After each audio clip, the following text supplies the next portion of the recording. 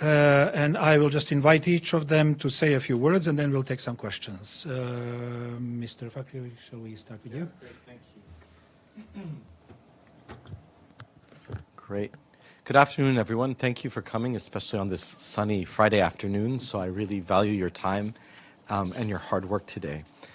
Today I'm speaking to my report that I just addressed before the Third Committee of the General Assembly, entitled Starvation and the Right to Food, with an emphasis on the Palestinian people's food sovereignty.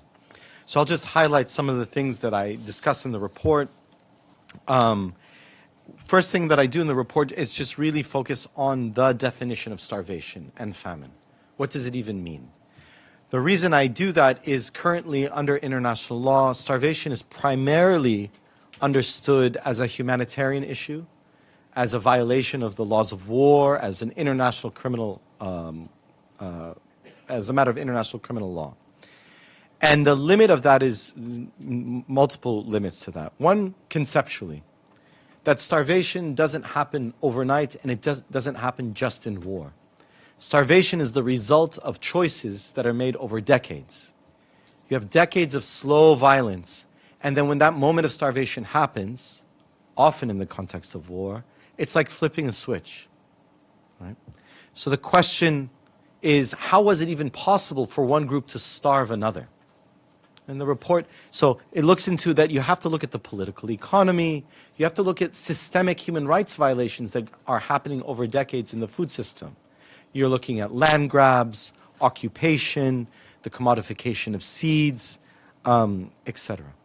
The other limit of only thinking about starvation in terms of international humanitarian law and international criminal law is in terms of accountability. As you know, probably, that the current prosecutor of the International Criminal Court is seeking warrants for 2 Israeli leaders, and part of the claim is crimes of starvation. And I'm following this case closely, and we'll see what happens, and I think that's important to hold individuals accountable. But it's not just bad people doing bad things. How were those individuals able to do this? This is a systemic issue. We should be able to hold countries and corporations accountable. On the specific issue of the Palestinian people's food sovereignty, this report answers a very specific question. How was Israel able to starve 2.3 million Palestinians in Gaza so quickly and so completely? We have never seen in modern history this speed of starvation ever. And the report answers that question. Of course, this doesn't start in October 7. You can go back multiple points in time. You can go back to 2000, when Israel began its blockade against Gaza. So in 1991, Israel starts to restrict the flow of goods and people in Gaza. By 2000, it's now has its military and settlers occupying Gaza, and they impose a blockade, causing profound rates of hunger and malnutrition. And around 2005, by 2007, Israel withdraws its military and removes its settlers, but now imposes a siege. So it continues its occupation of Gaza by controlling and blocking the border. So from 2000 to 2023, Israel has a profound degree of control over Gaza. And it's like a faucet that you tighten and loosen. And they would make sure that the Palestinians in Gaza were just hungry enough to not raise alarms. They were counting calories and measuring what is allowed in to make sure that everyone remained hungry in Gaza, but not so hungry that it raised alarm bells in the international humanitarian world. So that on October 6th, 2023, half of people in Gaza were food insecure and 80% depended on humanitarian aid. Which is why then when Israel declared its starvation campaign on October 9th of 2023, by December, we suspected everyone in Gaza, by December, everyone in Gaza was hungry. And I spoke to the world's leading famine experts, and they said, we didn't even know how to measure famine this quickly. They didn't know it was so unique. But of course, it's not just Gaza. This is not a war in Gaza. This is an Israeli assault against the Palestinian people. In the last 2 years, we've seen record violence against Palestinians in the West Bank, especially peasants and farmers and shepherds. We've seen, I just put out a press release yesterday, I believe, on the increased violence and the uprooting and burning of olive trees. What's at stake with the olive tree? Olive trees live for thousands of years. It is people's relationship to their ancestors, and how they take care of olive trees is how they are taking care of future generations.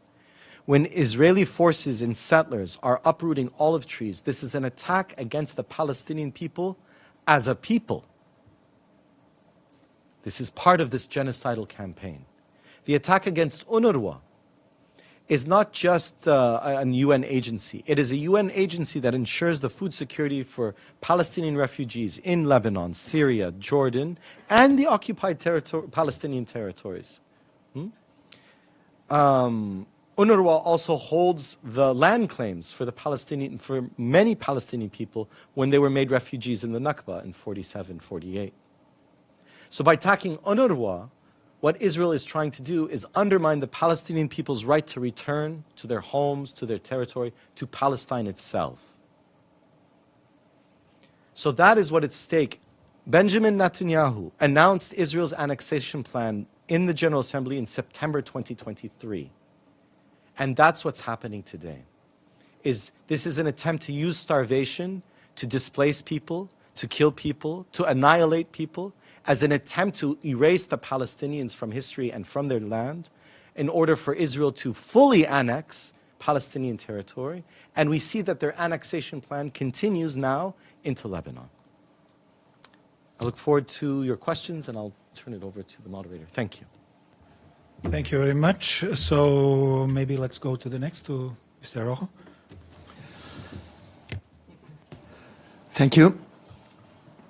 Well, as I stressed in my report on the nexus water and food under a human rights-based approach, I stressed that the global water and food crisis are strongly linked. And with climate change, this connection has become more crucial than ever. Public policies leading to an agroecological transition and a water transition from a human rights-based approach are vital from my point of view. Current food systems are based on the myth that production can grow indefinitely, also in tremendous power asymmetries and a blind faith in markets to distribute food to those who need it. But in fact, this is leading us to an unsustainable and unjust situation. This is the key issue. Among the many factors determining the magnitude of food's water footprint, the main are production strategy, dominant diets, and food waste. Look, regarding the impact of dominant diets, for instance, shifting from meat-based to healthier diets can reduce the water footprint by more than 30%. And another reference, food waste accounts for a third of all food produced. That is more than enough water to guarantee the human right to drinking water worldwide. In addition, the current dominant food and water systems don't prioritize public health. This translates not only into 2 billion people without guaranteed access to safe drinking water and 800 million hungry people, but also into 2.5 billion overweight people, mostly impoverished people living in food environments based on ultra-processed food and sugary drinks, which generate serious health problems and a huge water footprint at the same time. The widespread use of industrial pesticides and fertilizers, and on the other hand, And the concentrated production of slurry also from intensive livestock farming place at present the agricultural sector at the forefront of toxic water pollution and the eutrophication of water bodies. So, in another aspect, land and water grabbing for developing monocultures destroy rural communities and traditional knowledge, and leading to deforestation and degrading the regenerative capacity of soil fertility. Well, in summary, there is no future on this path. We need, I insist, an agroecological transition and a water transition from a human rights-based approach which guides strategies for adaptation to climate change. I explain in the plenary, subsidies to current modes of production and consumption total an estimated $540 billion annually. Redirecting this public funding to support the agroecological transition will enable the development of healthier, more sustainable, equitable, and efficient food systems. It's not impossible, it's feasible, absolutely. There is plenty of room, I insist on this, for us to develop a new concept of progress that falls between the minimum human rights threshold that ensures a dignified life for all and the upper limit of sustainability. But for this, a shift, I insist, towards agroecological practices that ensure human rights compliance while respecting environmental sustainability is needed. Finally, today, both my colleagues, the rapporteurs on the human right to food and housing, have denounced in their reports the use of hunger and the massive destruction of homes, domiciled, in war strategies, particularly in Gaza, but not only, but particularly in Gaza. I would like to stress that these strategies include, as a key element, the use of water as a silent weapon, a silent bomb, silent but not less lethal, especially for children. So I have underlined that if we allow international legality to be ignored, to continue to be ignored, in such essential areas, the very existence of the United Nations and the viability of the democratic future of the world are seriously threatened. Thank you very much. And let's go now to Mr. Rajagopal. Thank you, and thank you again for joining us. As the Special Rapporteur on Food said, on a Friday afternoon, I'm sure there are better things you would be doing at this point. The issues that are faced in terms of housing are profound and constantly shaping both domestic and world events as we speak. We all know that in election after election in OECD countries, among the most prominent political issues is the question of housing. Governments fall or rise based on the housing issue. We have seen that in Europe. It's a central issue in the United States now, the election coming up in a month, where the question of housing is part of the broader sort of challenges that ordinary people face in terms of the affordability crisis. And I submitted a report on the global affordable housing crisis a year ago. I do see there is a very strong link between the approaches to issues like affordability and the easy sort of attempt by politicians to find a scapegoat for the affordability crisis by pointing their fingers at migrants. I found, for example, during my country visit to Netherlands in last December that that seemed to be what was happening. There was an acute housing crisis ongoing. But it was too easy to sort of point to the migrants, particularly not the Ukrainian refugees, of which there are millions or hundreds of thousands in Netherlands, but those who come from non-Western countries as scapegoats. This we see repeatedly, especially in rich countries. I will dedicate my next report to the Human Rights Council to migration and the right to adequate housing. But today's report is really about a silent crisis that is with us, which is that on the one hand, we have a first crisis, which is that Forced evictions are going on and increasing very rapidly around the world, mainly because of three reasons. One is because of conflict, one of the main sort of drivers of forced evictions, the reason why people get displaced in the first place. And those numbers have been going up very sharply. As UNHCR data, for example, points out, there is a very sharp increase from 110 million in May 2023 to more than 114 million. More than 90% of these people live in low and middle income countries. Conflict, of course, drives people across the border as well in terms of refugee flows. We know that over 6 million Ukrainians have ended up in other countries, including almost 4 million in Poland, for example. We know that the Sudan crisis is actually causing a displacement of over 10 million people, of which almost 7 million are internally displaced, but the others have fled to other neighboring countries. But in addition to conflict, Gaza, of course, and the overall situation in the Middle East has long been a driver of internal displacement as well as cross-border refugee flows. But in addition to conflict, we have very, very problematic sort of scenarios emerging in terms of the displacement caused by climate change and disasters. Increasingly, there is an enormous threat emerging from the number of people, especially in vulnerable areas, including the Pacific islands, the Central American or some South American countries, certain African countries. For example, over 900,000 people in Somalia are displaced because of climate change-related issues. Desertification, stress in terms of the salinity of the system, including the soil systems that we depend on for cultivation of food, not the rising ocean levels. That very well is coming down the line, but often that is a scenario that people tend to focus a lot more on because it looks like some Hollywood movie coming our way with ocean level rise. But the reality of climate change impacts are slow and relentless, and they displace people.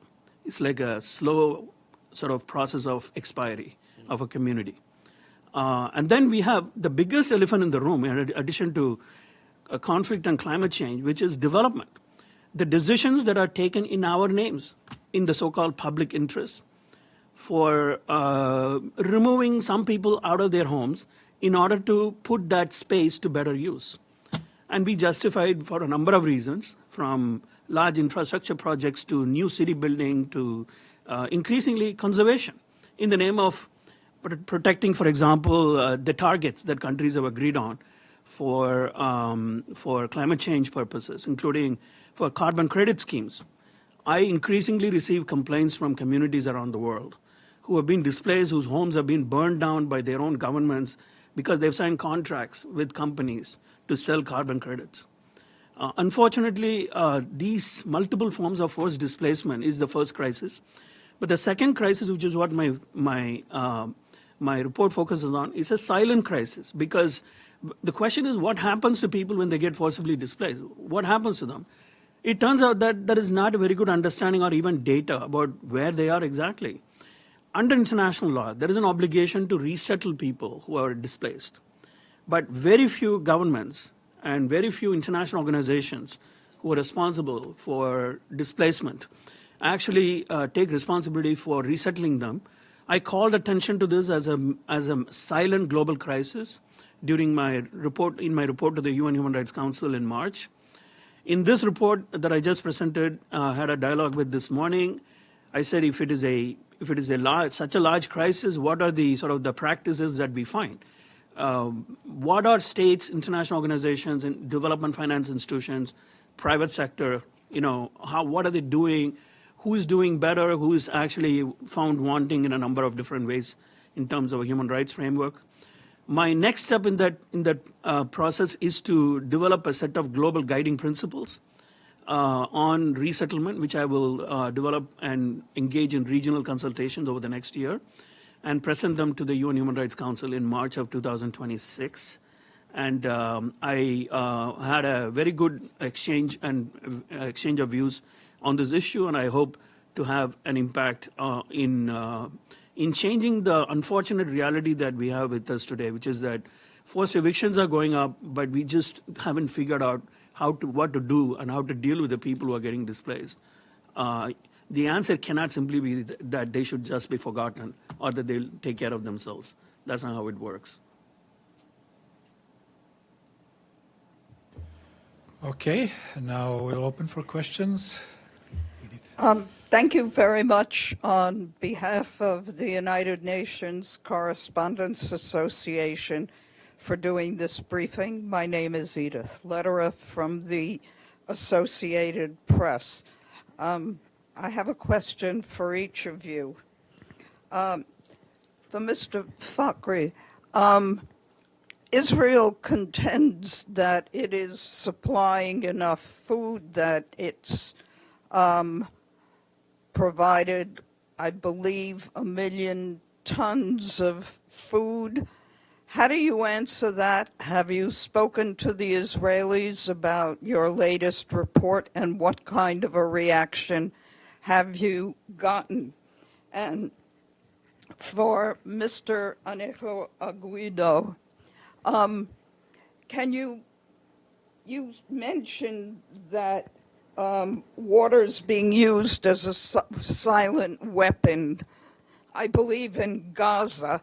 Could you elaborate on Gaza? I know that the major pipelines have been broken. There's been a lot of trouble getting water into Gaza, desalination plants not working. If you could address that. And to Mr. Balakrishnan, so as I believe, 70% of the infrastructure in Gaza has been destroyed. How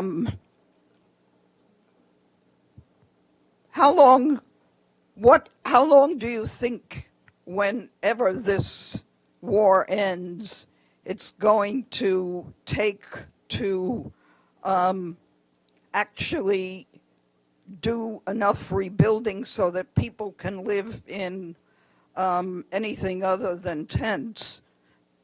And do you have any suggestions? Thank you.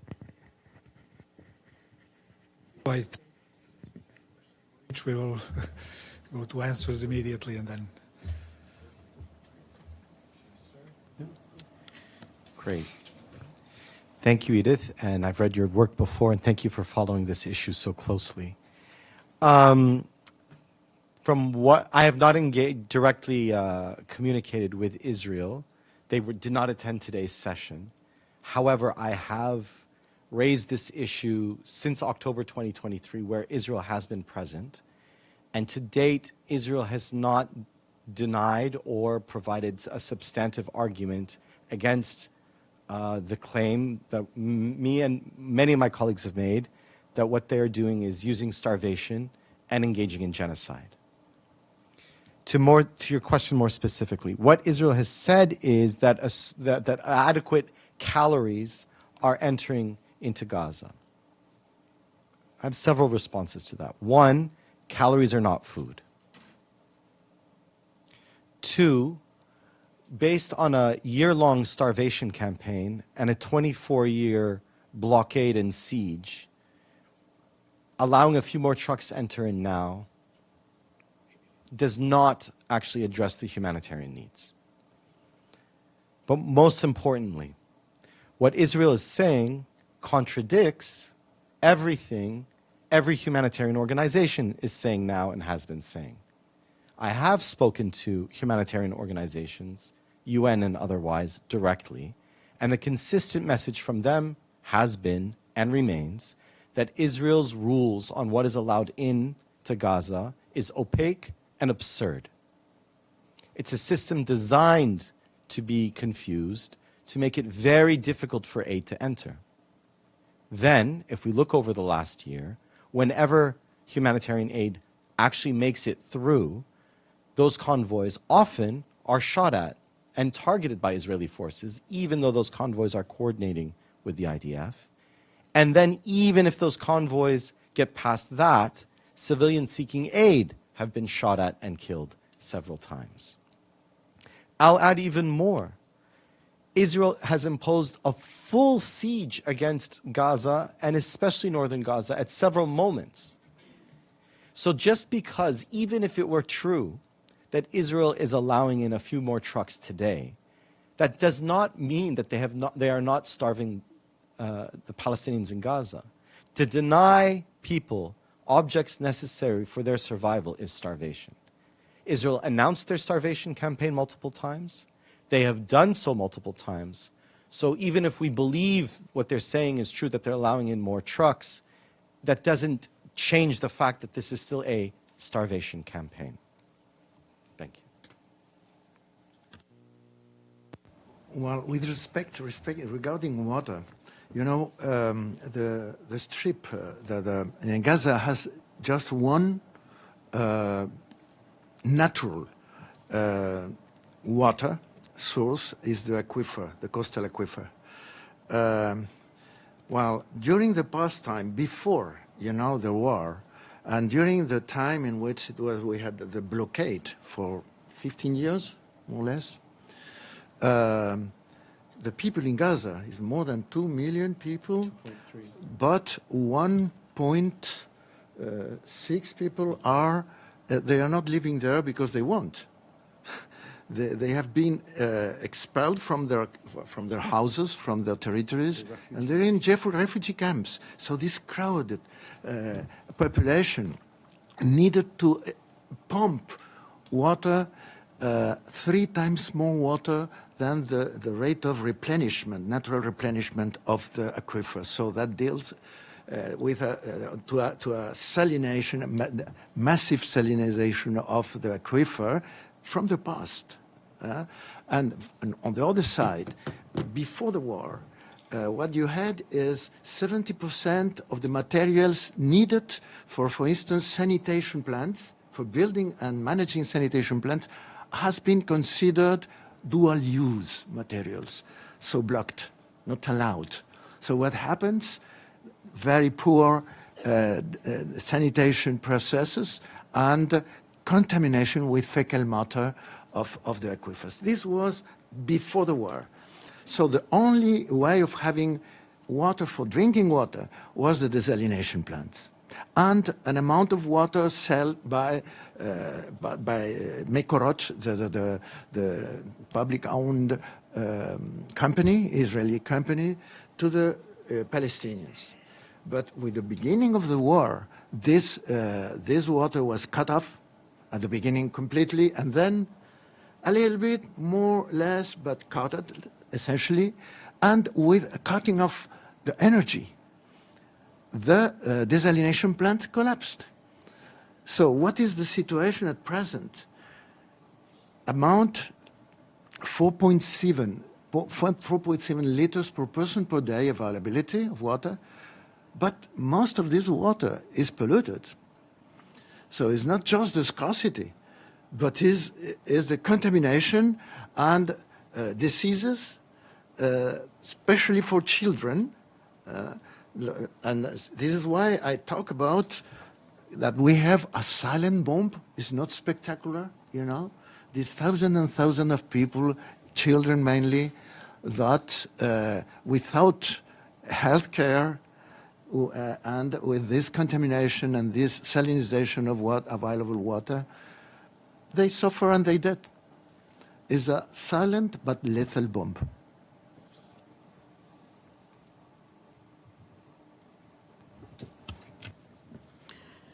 I think we need to back up a little bit from October of 2023 because the question of how much of Gaza has been destroyed should not give the mistaken impression of assuming that Gaza was fully built and intact before that. No part of Palestine, whether it's East Jerusalem or West Bank or Gaza, have been exempt from a gradual and sometimes violent pummeling given by Israel using military force or using home demolitions, which have been a chief tool of occupation and land annexation, including settlement activity in the West Bank over decades. So let's not first give the impression that Gaza was a fully built, untouched urban environment. It was an urban environment. 77.6% of Gaza was urban. So it was partially ruined landscape. All of Palestine was partially ruined even before October of 2023. And what we have seen since October in the last 1 year is a biblical, unprecedented form of reign of destruction, the kind of which I have not seen in any modern conflict. And I have been studying and researching international relations for 30 years. I have not seen any conflict resemble the ferocity of what we have witnessed, not in Aleppo, not in Homs, not in Ukraine where we are seeing. And going back to World War II, if you compare the destruction of Dresden, or if you compare the destruction of Amsterdam or Cologne, nothing comes close to the scale and the intensity of destruction that we have seen. And in terms of how much of Gaza is destroyed is at this stage a kind of a difficult sort of game, because we knew back in January of 2024 that 60 to 70% of all homes have been destroyed in Gaza already, with areas in northern Gaza destroyed up to 82%. This was based on satellite imagery that I reviewed carefully. So the issue is that it is far worse than that right now. Given that almost the entire population of Gaza is displaced, the level of destruction in certain areas of Gaza, particularly northern Gaza, is approaching levels of 100%. It's not 70% anymore. And one has to ask, what is really the goal or the military objective of destruction of this scale, which no other military power in any recent conflict has seen necessary in order to win a war? If truly what's going on in Gaza is a war, the purpose of war is victory. But what is the metric of victory here? I've been unable to understand given the scale of this destruction.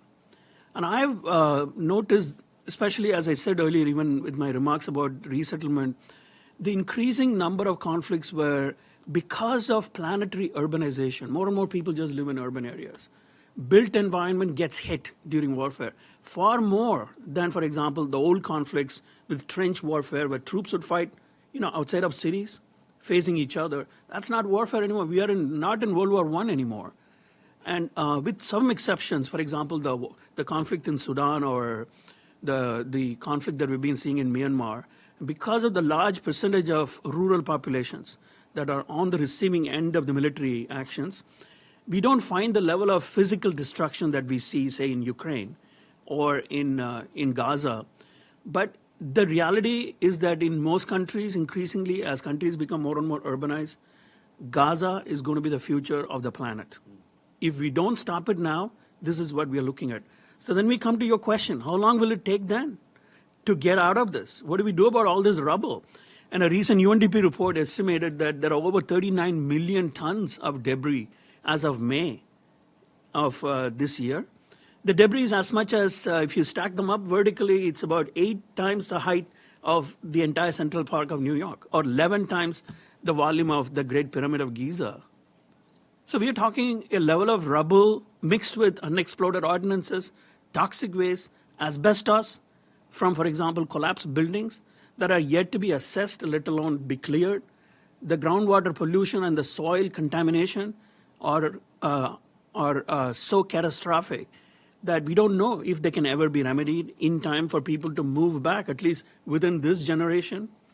So there is the issue of debris removal, and then there is the issue of generating enough sort of, not just financial resources, which is enormous at this stage, that is needed for rebuilding, but also the human resources necessary for rebuilding the territory. There is another big elephant in the room, which is that no reconstruction of any kind can happen unless the occupation ends.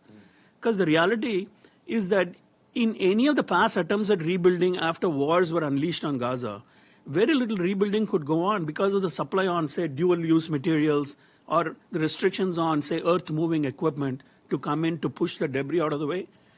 Large trucks are needed, for example, but everything is seen by Israel as dual use, and they are the ones who approve what comes in and what goes out. And when you have a situation like that, what you end up with is what we saw after 2014, after the 2014 war on Gaza. Between 2014 and 2019, how many homes were built every year? Less than 1,000 homes. So the UNDP report that looked at, recent report that looked at estimated time to rebuild Gaza, gives it a timeline of about 80 years. Assuming that occupation continues, it's about 1,000 homes a year you can do. Because why? Because the destruction is estimated by UNDP to have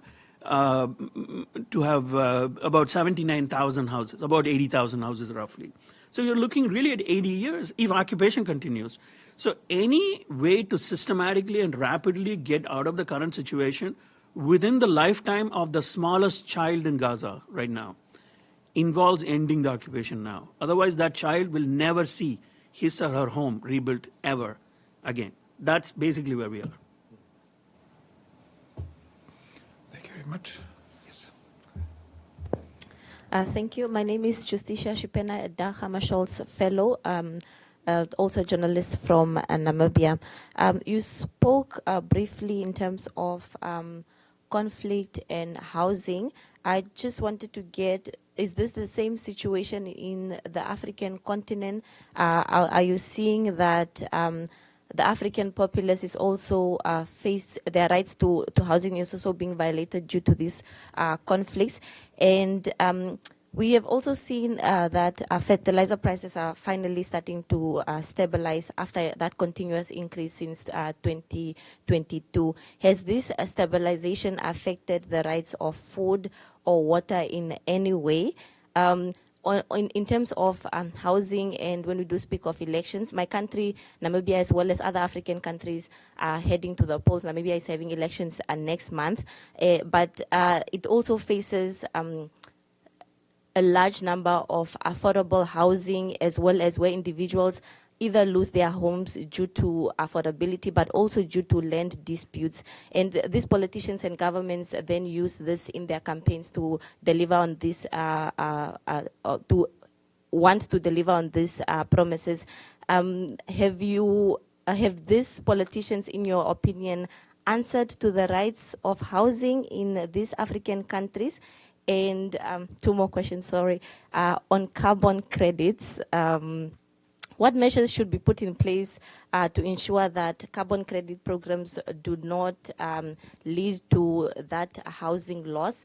And while we are on that, have you observed any loss of housing for individuals due to large renewable energy scale projects by governments, for example, green hydrogen projects? And if there is an increase in this, what is causing this increase?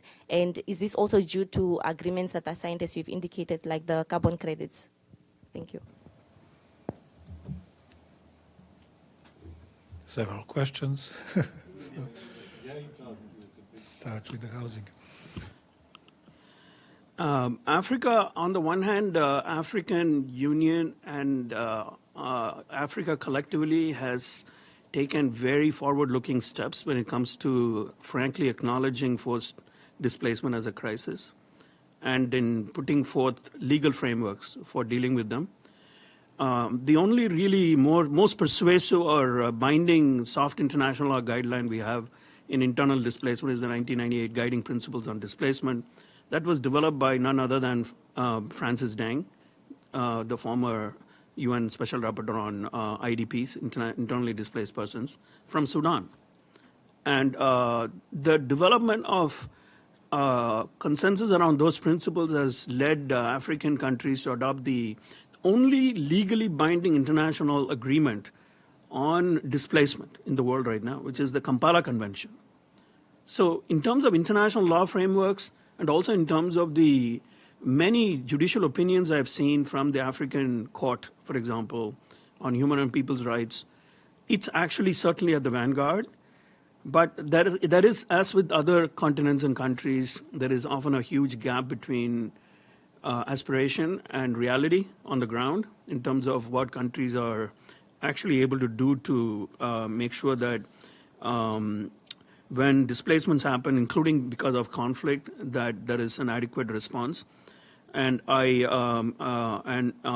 affordable housing crisis in Africa is real. Africa is, after all, the fastest urbanizing continent of all the continents.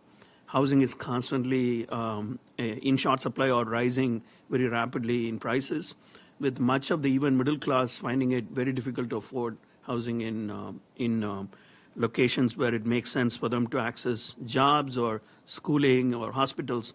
It's a real huge issue. Conflicts, of course, have a massive impact in many African countries.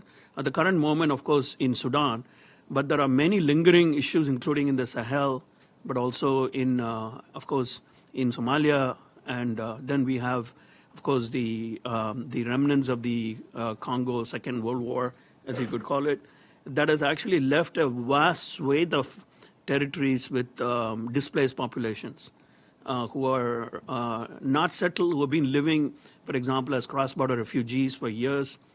So, for example, the very large number of Sudanese and Somali population in a country like Kenya is a huge issue.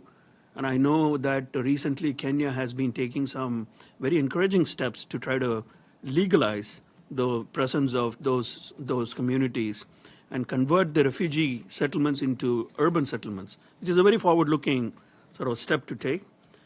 So I think that, as with many continents, what you have in the case of Africa is a mixed bag, a forward-looking framework, but reality is quite wanting in terms of what you see on the ground. Carbon credits are having a huge impact. Conservation efforts are having a massive impact. Conservation efforts are increasingly linked to mitigation, and of course, mitigation is also sought to be achieved by the use of, carbon credits. And you have many examples of countries where communities have been violently displaced from their homes, and their homes have been burned down. Those who protested have been arrested or displaced, or their home registration has been withdrawn, or they've been delisted as communities in countries like Tanzania, for example. So this is a massive issue that we see happening. And to my regret, unfortunately, what I find, and I reported this morning to the third committee, is that international organizations, including certain UN agencies like UNESCO, are complicit in these kinds of massive human rights abuses. So the Ngorongoro, a crater is actually designated as a World Heritage Site in Tanzania, for example. But we've had some very concerning developments when it comes to large-scale eviction and displacement of communities. And unfortunately, UNESCO has gone along with these practices. So I called on the states today, the dialogue today, to really ensure that when it comes to at least the UN agencies, they must step up their game. They cannot be parties to these kinds of violations. So I remain very concerned about these issues. Maybe I'll speak to the fertilizer question. Okay. It's a complicated relationship between fertilizer and the right to food. In the immediate term, we saw this when Russia invaded and occupied Ukraine a couple of years ago, in that so many farms depended on fertilizer. And so any disruption to a fertilizer supply chain creates a moment of instability for food security. But the dependency on fertilizer in and of itself is deeply problematic for two reasons. From an environmental perspective, the heavy use of fertilizer leads to pollution.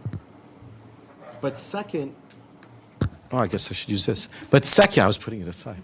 But second, it makes farmers dependent on imports and foreign corporations.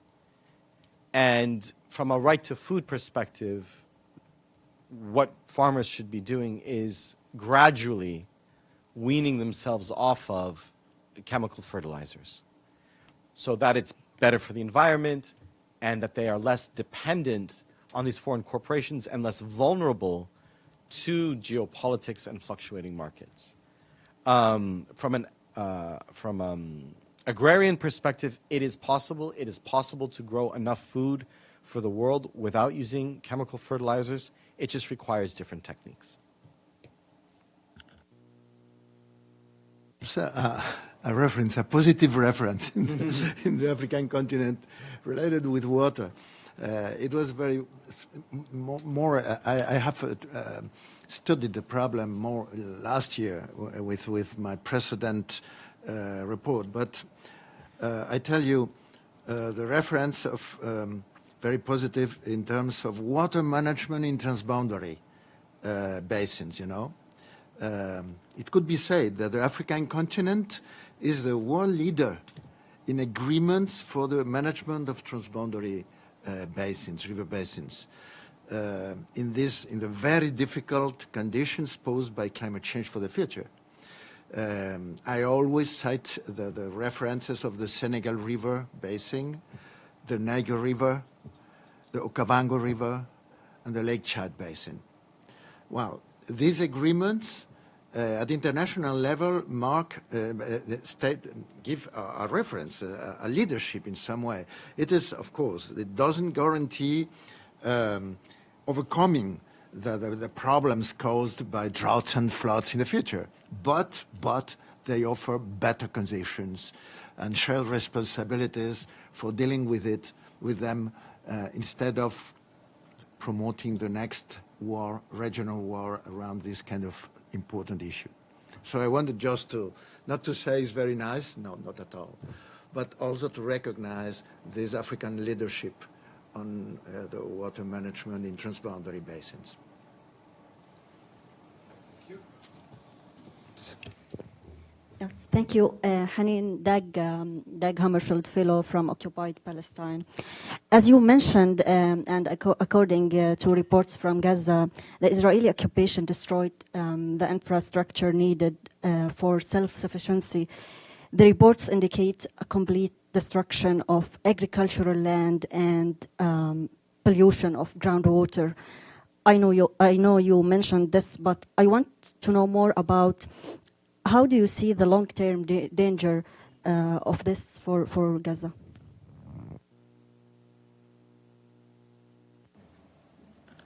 Yeah, thank you for that question, because that highlights that when we're talking about Israel's starvation campaign, it's not just the denial and restriction of humanitarian aid, it's the destruction of the food system itself. And so first I'll just highlight how they've been doing so. They've been destroying orchards, then been poisoning the land with the use of white phosphorus. They're attacking fishers and peasants themselves. But also they've been denying fishers access to the sea and restricting their access to the sea for decades.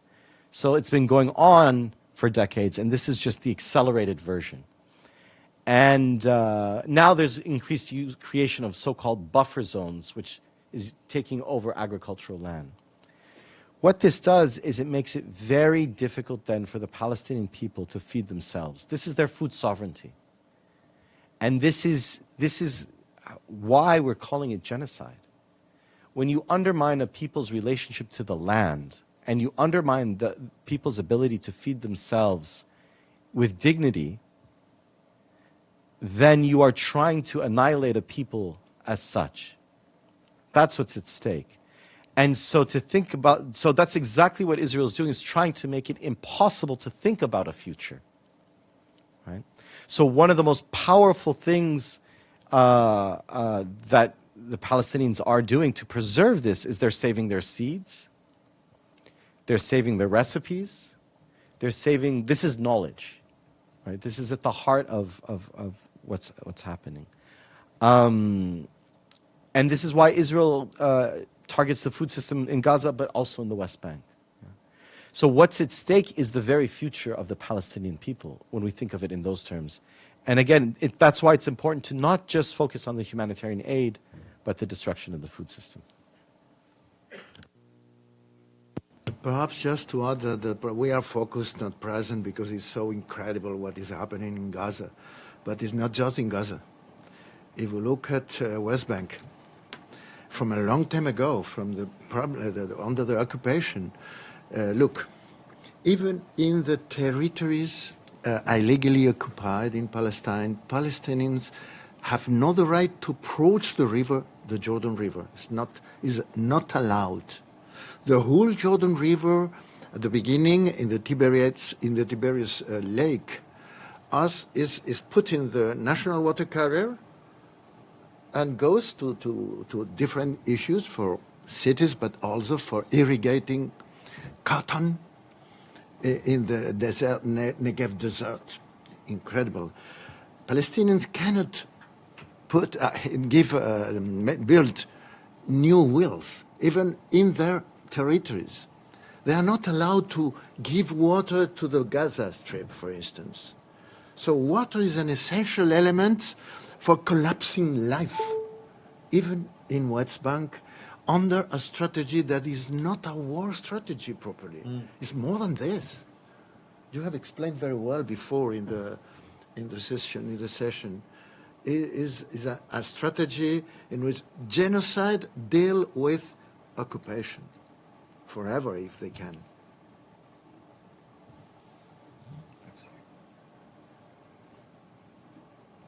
One more, I think, and that may be the last one. Okay. Hi, my name is Mohammed Dawood. I'm from Indian Administrative Kashmir.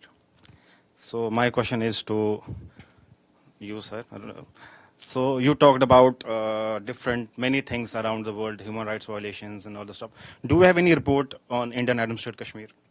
I mean, you said that in most of the countries, for the sake of beautification, they chop down trees, mountains, and all the stuff. And same happened in Jammu and Kashmir. So do you have any report on this? What had happened there? I mean, 86,000 feet where trees were chopped down for the sake of roads, which were used by army. So do you have any report on this, or do you have worked on this, or not? It's a serious issue. Is this not a serious issue for you? It is, of course, a very serious issue, and we do receive some specific complaints, including recently certain allegations that involve destruction of housing, including for security measures. We continue to monitor that in my office, and we are in the process of sort of building more, data and verifications about these allegations. But it's well known that the security policies in the Kashmir Valley have led to many gross violations of human rights, including in the area of housing and food, for example. Orchards have been destroyed, and agricultural produce harvested from orchards have rotted away in trucks and been unable to reach, for example, markets because of restrictions on transportation. There has been not an access to home demolitions as a punitive measure in Kashmir, as we are beginning to see in many other states in India. But we have certainly seen mass attacks on the allegation that a single individual in a village might have been responsible for a single act. In other words, we've seen examples of collective punishment. And this has been verified and reported in various UN reports, even predating my appointment as a special rapporteur. Now, in terms of my own work on domicide, which is basically a term that I gave to mass destruction of housing in conflict, and I submitted a report on it 2 years ago when Russian bombing of Ukraine was on everybody's mind. And then, of course, in the context of Gaza, it's become extremely relevant right now. But I do believe that there has been a slow-moving version of domicide happening across many parts of India, including in Kashmir. And this has to be, of course, one of the issues that must remain as focal points for international community's attention. And as long as I'm the rapporteur, I will continue to do my best to verify information and reports that I receive, to report to the international community about what I find. Thank you. Thank you all. Thank you. Yeah, I think we are almost a full hour, so thank you all for coming, and thank you.